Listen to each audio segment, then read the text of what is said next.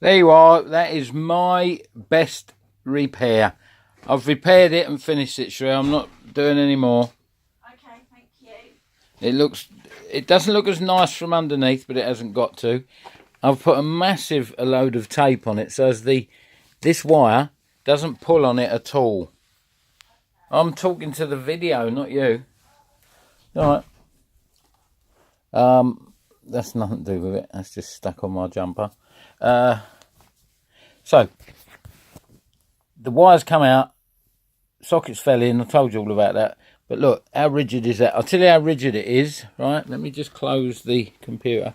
It is so rigid that I can lift it up by it. Look, I can lift the computer up by it. So it ain't going to go wrong. Proper repair.